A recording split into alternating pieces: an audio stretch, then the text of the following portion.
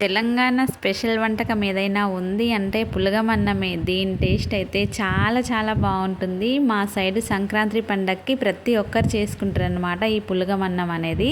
పండగలకే చేసుకోవాలని ఏం లేదు కదా, మేము ఎప్పుడు ఇంటికి వచ్చినా అప్పుడే పండగ అనమాట. అందుకే మాకు ఇష్టమైనవి అయితే చేసి పెడుతుందమ్మ. నాకు చాలా ఇష్టం ఈ అన్నం అంటే, అందుకనేసి అమ్మ అయితే ఈరోజు పులగమన్నం అయితే చేస్తుంది. దీంట్లోకి బెల్లం పానకం టేస్ట్ సూపర్గా ఉంటుంది. ఎంతమందికి ఇలా ఇష్టమో కామెంట్ బాక్స్లో కామెంట్ చేయండి. దీన్ని ఎలా ప్రిపేర్ చేసుకోవాలనేది కూడా వీడియో మొత్తం చూస్తే అర్థమవుతుంది. ముందుగా మనం నువ్వులని వేయించుకొని మెత్తగా దంచుకోవాలి. దాంట్లోకి మనం ఎన్ని రైస్ కావాలనుకుంటే అన్ని వాటన్నింటిని ఇలా దంచి ఇంకా నైట్ అంతా అలా పెట్టుకుంటే మార్నింగ్కి వండుకుంటే చాలా బాగుంటుంది టేస్ట్. ఇంకా మేమైతే అప్పటికప్పటికే చేసేస్తున్నాం అన్నమాట. ముందుగానే బియ్యం నువ్వులని దంచేసి రైస్కి కావాల్సిన వాటర్ అనేవి బాగా మసిలిన తర్వాత మనం దంచి పెట్టుకున్న ఈ రైస్ని ఆ వాటర్లో యాడ్ చేసుకోవాలి.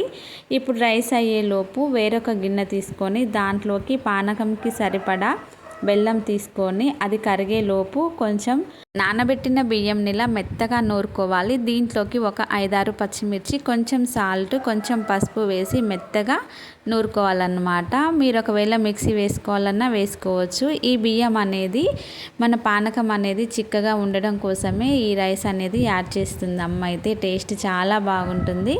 పులగమన్నంలోకి చికెన్, మటన్ గ్రేవీతో తింటే కూడా చాలా బాగుంటుంది. వీటన్నిటికంటే నాకైతే పానకంతో తింటేనే చాలా ఇష్టం అన్నమాట.